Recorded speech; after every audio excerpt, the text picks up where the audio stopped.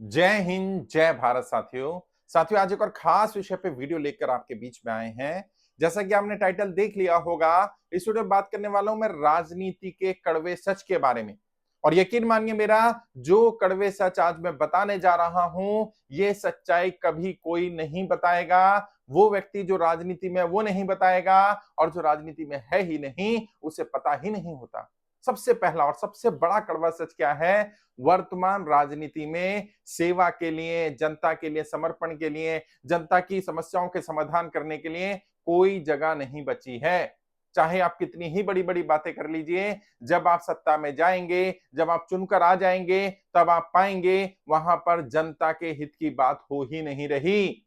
एक ही मुद्दा है, चाहे किसी भी पार्टी का हो, कोई भी नेता हो, कि कैसे इस सत्ता को बनाए रखा जाए, सत्ता से कैसे लाभ उठाया जाए, अपने लिए, अपने लोगों के लिए, अपने परिवार के लिए उनका लाभ कैसे हो, कैसे सत्ता से पैसा कमाया जाए और पैसे से फिर वापस सत्ता पाई जाए, यही निरंतर चलता रहता है। ये कड़वी सच्चाई है।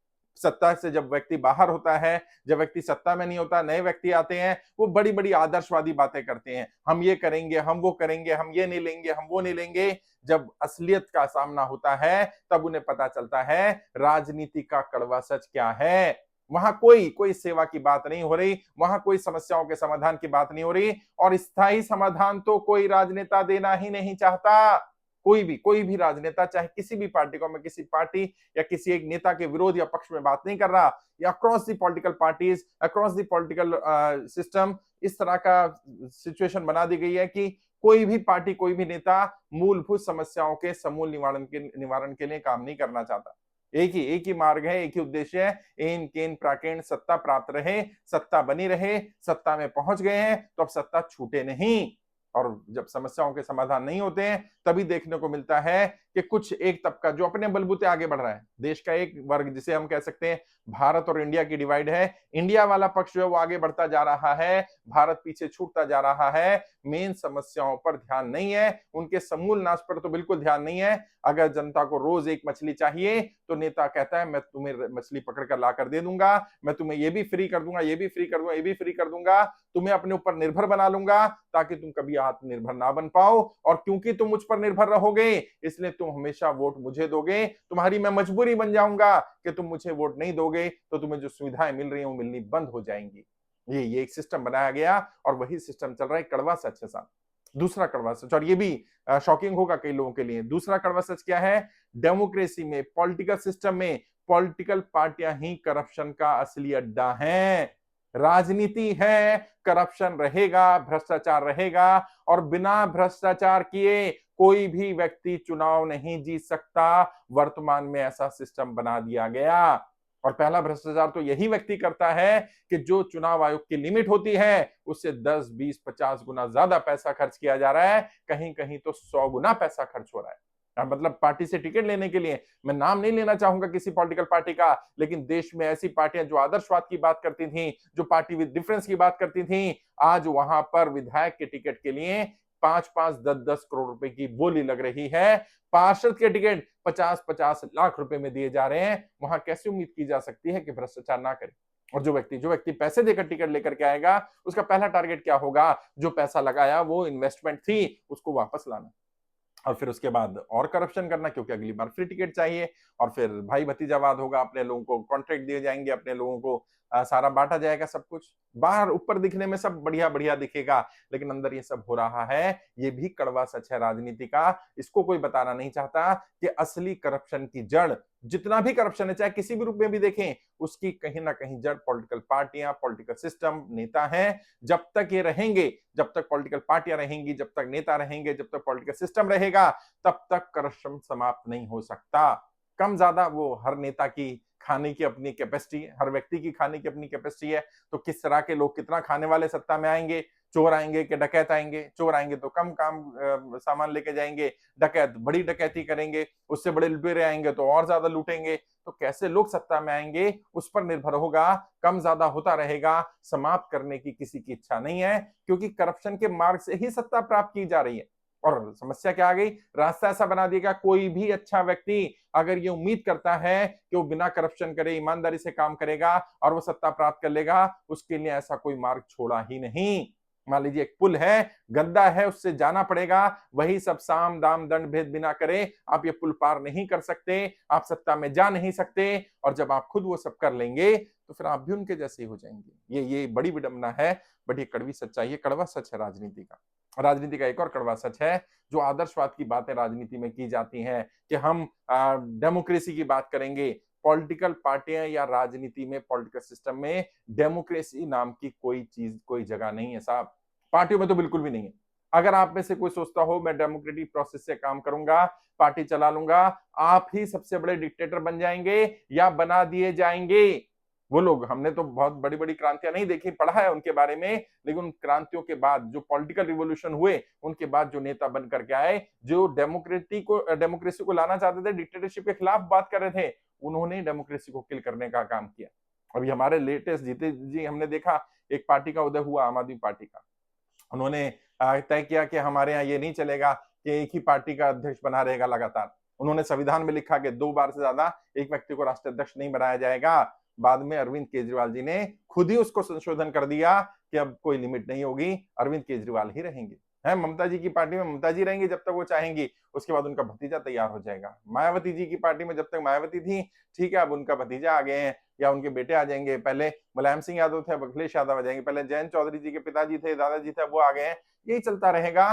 कोई एक व्यक्ति भी ऐसा नहीं मिलता कि जिसको अध्यक्ष बनाया जा सके, और उनकी भी गलती नहीं है। मैं ऐसा नहीं कह रहा हूं कि वही सारी गलती है। समस्या क्या है, क्योंकि यहाँ स्वार्थी लोग ही हैं।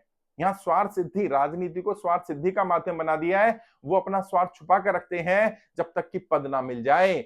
यदि किसी और को राष्ट्रीय अध्यक्ष उन्होंने बना दिया, मैं लिख कर दे सकता हूं, पार्टी पर कब्जा कर लेगा। और मैं भुक्तभोगी हूं, मैंने भी देखा, और मैं बहुत सारे ऐसे स्टूडेंट को जानता हूं, हमने अच्छी नियत के साथ बढ़िया काम करा, नेताओं को आगे बढ़ाया, उनकी पार्टी पर ही लोगों ने कब्जा कर लिया। बहुत सारे मेरे स्टूडेंट हैं, बहुत सारे ऐसे लोग हैं, उन्होंने ये उम्मीद से कि यार दूसरा व्यक्ति अध्यक्ष बन जाए, वो काम चलाए, हमारी इन्वॉल्वमेंट की जरूरत नहीं, आहिस्ता आहिस्ता आहिस्ता हम बाहर हो जाएंगे और सिस्टम में सफाई हो जाएगी, अच्छे लोग आएंगे। संभव नहीं है साहब। वही व्यक्ति स्वार्थी हो गया, और जो ये बोलते थे कि यहाँ डिक्टेटरशिप चलेगी, डिक्टेटरशिप चलती है, वो खुद अब डिक्टेटर बन गए हैं कि वो दूसरे को स्पेस नहीं दे रहे। मतलब एक बार कुर्सी पर बैठ गए तो कुर्सी से चिपक गए, अब दूसरे को वो कुर्सी से उतरना नहीं चाहते। पूर्व अध्यक्ष नाम के साथ लग जाए, ये स्वीकार्य नहीं है।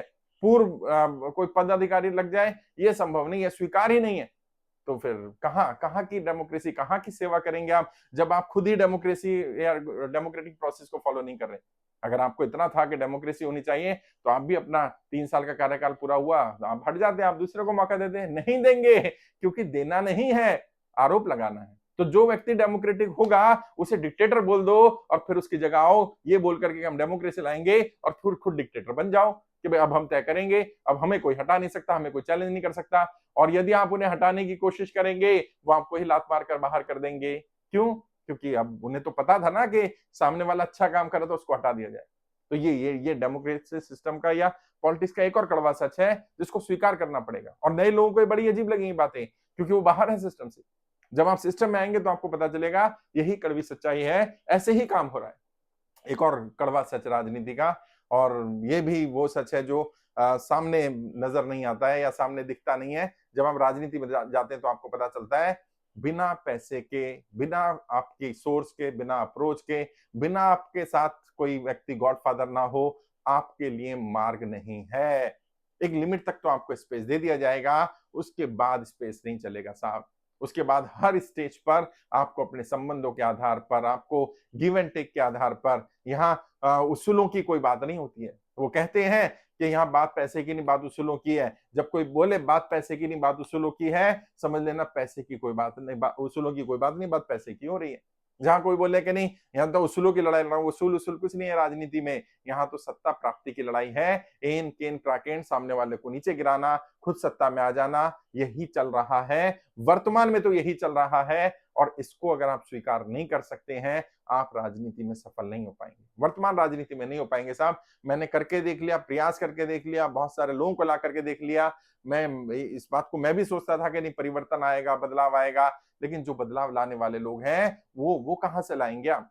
जो बदलाव लाना चाहते हैं, जो चाहते हैं कि परिवर्तन आए, वो लोगों के लिए सिस्टम में स्पेस ही नहीं बचा। वो विधायक, पार्षद नहीं बन पाएंगे, वो सदन में जा ही नहीं पाएंगे, क्योंकि सदन में जाने के लिए उन्हें वो सब करना होगा। और जब व्यक्ति साम, दाम, दंड, भेद सब सीख लेगा, कर लेगा, उसका आदी हो जाएगा, तो क्या वो अपने लोगों से राजनीति नहीं करेगा? करेगा ही, क्योंकि उसके ब्लड में, उसके खून में वो जहर डाल दिया गया, और एक बार उसके अंदर वो जहर डाल दिया तो वो भी उनके जैसा हो गया। और फिर हर कोई कहता है, जनता कहती है हमारा नेता बदल गया, पहले ऐसा नहीं था, वैसा हो गया, पहले बोला था सुरक्षा नहीं लेंगे, अब सुरक्षा ले ली, बच्चों की कसम खाई थी गठबंधन नहीं करेंगे, अब गठबंधन कर लिया, ये बोला था ऐसा नहीं करेंगे, फिर कर लिया, ये बोला था कि ये नहीं करेंगे, फिर कर लिया, आम इंसान रहेंगे, और फिर लग्जरी लाइफ जीने लग गए, बड़े बड़े घर बना लिए, बड़े बड़े बंगले बना लिए, और पेंशन नहीं लेंगे, पेंशन लेनी शुरू कर दी, सारी सुविधाएं लेनी शुरू कर दी। क्यों? क्योंकि वहां कोई ऐसा सिस्टम नहीं बना जो व्यक्ति को ठीक रहने दे।